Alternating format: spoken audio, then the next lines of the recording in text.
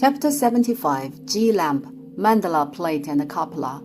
In previous chapter, we introduced the second category of religious articles and ritual implements displayed in the exhibition hall of the Banchan building, number 23 on layout, of the Yonghe Palace, which are the implements to command the Buddha used in religious rituals. Essentially, they belong to the sub-branch of Buddhist music.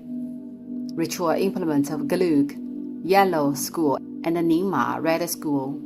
The third category displayed belongs to the serving religious articles and the ritual implements, which contain, as mentioned, the 5 kinds of offerings, the 7 royal treasures, and the 8 auspicious symbols.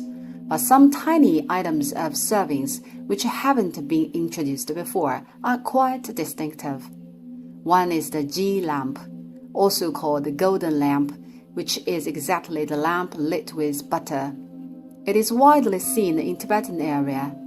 Usually, one may light the G lamp when he or she makes a wish, but it is presently not allowed in the Yonghe Palace. In front of the Buddhist statue, usually around 10 G lamps are laid, which may fully cover the offering table. In the center, there is a big altar lamp, which is an everlasting shining lamp. Around this big altar lamp, there are numbers of small G lamps laid. This very ritual is symbolically named 1,000 offering, with less than 1,000 offering items though. It is a quite sacred and pious offering ritual. You may light one if you would like to make a wish. The big altar lamp of the Yonghe Palace, 30 centimeters in height, 60 centimeters in diameter, lies in the Faren Hall, number 21 on layout. It was constructed during the Republic of China, 1912 to 1949, with the donation of devotees. It is said that it can hold 80 jing, approximately 40 kilograms G, which can last as long as 4 months upon lit. However, I've never seen it is on duty. Serving lamps in Tibetan area and Mongolia are usually filled with butter or ghee, hence the name G lamp, while in Han area, usually edible oil. What makes the G lamps special is the wick, also called twisted thread. Unlike the gasoline, which is easy to explore to a roaring fire, the lamps cannot be lit without wick, right? The material of the wick is not pure cotton thread, but a kind of plant called soft rush, Juncus ephesus, filled with cotton in the hollow cavity of the stem. Then it thus is prepared to be used, and it has to be. Why? As the cavity of the soft rush is empty, hence it bears another name, hollow grass. Equipped with hollow grass of which the wick is made, where is the filling mind of the stem then? It implies that the filling, the whole mind returns to the Buddha, hence the hollow cavity. Besides being uncommonly seen, the soft rush is available mainly in prairie. This would urge the disciples to pick it in prairie and send to the temples, and then the cotton is to be filled. Wick made of soft rush does not generate black smoke when it is lit, which I witnessed in Dazhao Grand Temple or Temple of Amitabha of Huahat in Xili Tuzhao, literally Temple of Buddha Throne. Truly, no smoke is produced when the G lamps are lit. Just imagine 1,000 G lamps are lit as offerings. Wouldn't it highly possible for the fire crash or fumigating the Buddhist statues? Right? In the past, all the religious rituals had been proceeded so gracefully, fastidious. I am not quite sure whether such sacred heritage has been handed down to present or not. Upon dawn of each day, the 1,000 G lamps are lit, and 7 bowls of cleansed water are then served. Upon sunset, the water need to be emptied, and the lamps need to be put out and they would be continued to be employed again the next day. Day by day, the rituals are repeatedly in this way. Please be noted that a particular way is required to put out the lamps. One should put out the lamps by twisting the wicks with fingers directly instead of blowing.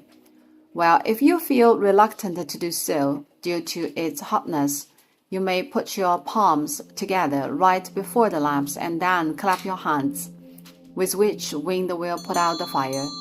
Be kindly reminded that the G lamps are absolutely not allowed to be blown by mouth blowing, and this lure is actually true to all the other ritual implements in Buddhism. Since in Buddhism, human breath is considered to be impure, blowing any ritual implement means blowing impurity. So it is not allowed, especially for implements like G lamps, little candles, or burning incense. Often it is seen that devotees are offering incense in front of a temple. Upon the incense is lit by the fire the candle aside, the flames flare up violently. Devotees just try to put the flame out by blowing. This behavior is a taboo. This is all the introduction of the G lamps of the serving implements, among which there is another small one called the kapala. As many people show great interest in this distinctive blow, I will introduce this unique Tibetan implement. Kapala is a bow made of human skull. We may find them frequently in tantric statues. For example, Lakshmi. She is holding in her hand a kapala filled with human blood, while the blood is her drinking, and the kapala is the vessel. The image of kapala is depicted in quite a number of tantric statues. It is true that the kapala is made of human skull, but not anyone's skull is eligible to enjoy such honor. The dead person who provides the skull must be quite intelligent, and he has to be gurus or eminent lamas. The skull bow is not made from any ordinary person but superwise guru.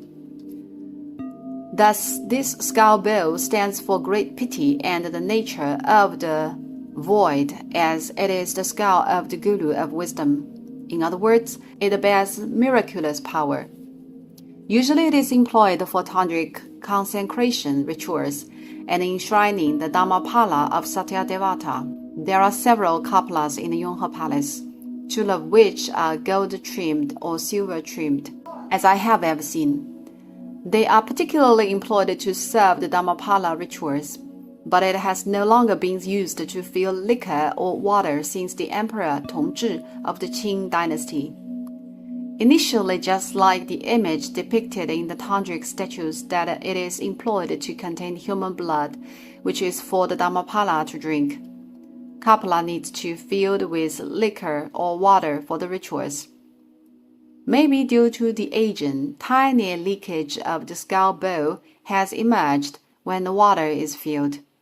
Therefore, since the Emperor Tongzhi of the Qing dynasty, the kapalas of the Yonghe Palace are for display only instead of filling water for religious rituals. There is another ritual implement commonly seen in the exhibition hall, but a little bit obscure to classify. If it has to be, it should belong to the serving implements, but it has many forms and styles. It is exactly the mandala which we have elaborated previously, though the one here is a small mandala. As introduced in previous chapters, the knowledge on mandala includes the manifestation of the 4 types of mandalas, and in terms of shape, there are 3 kinds of plain mandalas and a stereoscopic one. 3 big stereoscopic mandalas of the Yonghe Palace are exhibited: Kala Chakra Mandala, Beshaja Guru Mandala, and Amitayas Mandala. Here, which is presented, is a small stereoscopic mandala called mandala plate, which is like a small plate but not that small. Thus, such mandalas are reluctantly classified into serving implements if they have to be. Mandala has quite many transliteration versions. In Chinese, like 曼陀罗, 曼达罗, so on and so forth. They actually refer to the same thing, which is the mandala or mandala plate. With the Satyadevata being in the center, mandalas are usually employed to be of contemplation, while mandala plates are used to be the serving implements for Buddhist rituals, but with no presence of Satyadevata. We've articulated the basic form of the mandalas, which comprises 3 layers, which are Vajra ring, Vajra wall, and inner mandala. While the mandala plate features only the layer of Vajra ring, which is just a circle. Vajra ring means all creatures are not allowed to enter into the residence of Vajra, which implies that Vajra ring functions of gardening.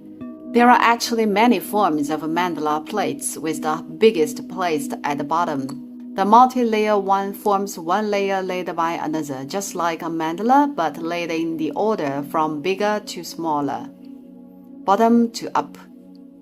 At the very top layer, a small Dharma wheel is sometimes placed, which symbolizes that the whole mandala plate is a Mount Smelu.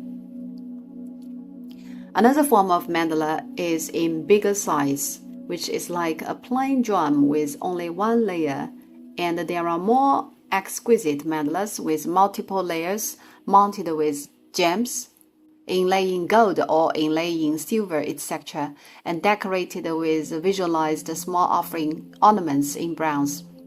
What are these various Buddhist mandalas for, and how are they employed? They function as offerings and containers. What does it mean? Take the multi-layer mandala plate, for example. It either is filled with various of grains or gems in pieces shaped in grains. For instance, ground corals stand for red beans, smashed pearl, rice, crushed agates, blah blah blah. Imitating the decoration of various grains placed on the mandala plates, these pieces of gems are sometimes placed in advance for Buddhist assemblies, or to be thrown into the mandala alongside the sutras chanting. Please picture the scene in your mind, accompanied with the sound played with the grains or gems pitched, plink, plink, plink. What does this imply in the whole ritual process?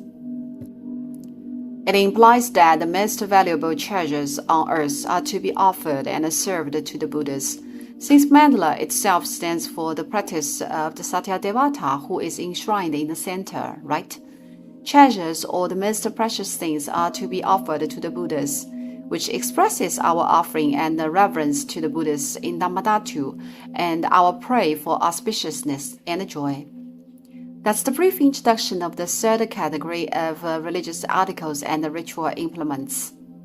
As the fourth category is quite common, they are often held in hands which contain revolving wheel, mani wheel, vajra, and vajra bell. Thus, we will not spare time on this category. Instead, we would like to spend time articulating the Buddhist hallmark implements, which are quite rare, starting from the next chapter.